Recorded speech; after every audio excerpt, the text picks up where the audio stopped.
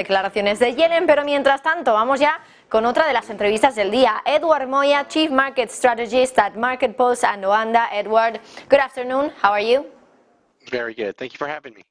Edward, CPI was out today in the United States and it was finally at 4%. How will the Fed react to this tomorrow? Well, I think the Fed has been prepared for the disinflation process to remain in place, and a year ago, we were at 9.1%, so 4% is definitely showing progress. I think, they're going to be able to go ahead and pause with rates right now, and I think the core inflation was a little bit hot for me, and I think they're still going to be data dependent, so they could deliver a hike in July, but I mean for this week it should be an easy meeting. I think there's expectations that you're going to see the Fed keep rates on hold. They'll probably have to revise some of their forecasts. I think the labor market has been very strong, and they're probably going to have to push back those expectations that we're going to see a significant rise in the unemployment rate. But I think overall, the disinflation process is in place, and that should allow the Fed an opportunity to skip a rate hike this meeting. And there's hope that, if the next month's inflation report shows core does come down, and I think there's a good chance that you could see a 0.2 month-over-month rise, then you're probably going to see the Fed debate, possibly not even raising rates. So we might be at the end of the Fed rate hiking cycle, and that could be good news for risky assets.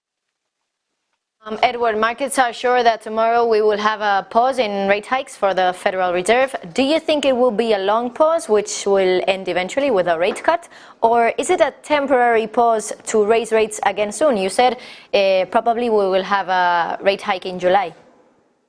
I think right now, we have to, understand the whole disinflation process, and there's going to come a point where we start to see some of the parts of the economy that were in a recession, they're going to be coming out of it. So manufacturing activity, commodity prices are going to be heading higher, and that's going to prove difficult for inflation. So that might not be reflected in the next couple months of data. We might have to wait a few. So the Fed might be pausing. They might pause for more than a meeting, maybe two, but I think there's still a risk here that the Fed could deliver more tightening.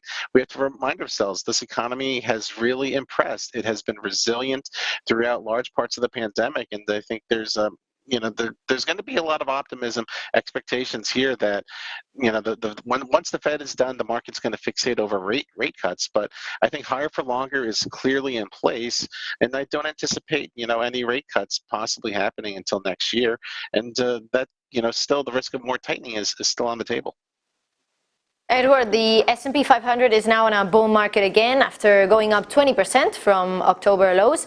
Will, Edward, this bull market be a long one, or we will soon see declines again on the stock market?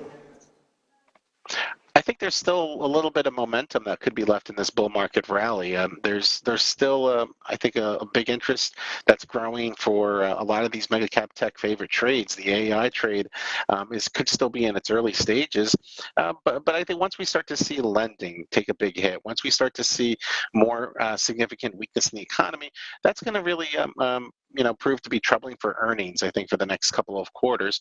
But overall, we're not going to see I think a significant pullback. We're not looking for a move back into bear market territory. I think stocks are going to maybe ease up. I think there's a lot of optimism here that a soft landing is still obtainable. So I think you're probably going to see that investors, a lot of the money's on the sideline. A lot of the money is either getting put into 5% yielding CDs, or it's waiting for a stock market dip. So I think there will be buyers whenever we do see that weakness. So stocks should be relatively supported, and you're probably not going to see anything close to a major pullback that comes close to those October lows.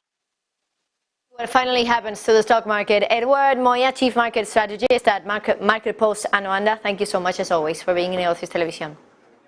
Thank you.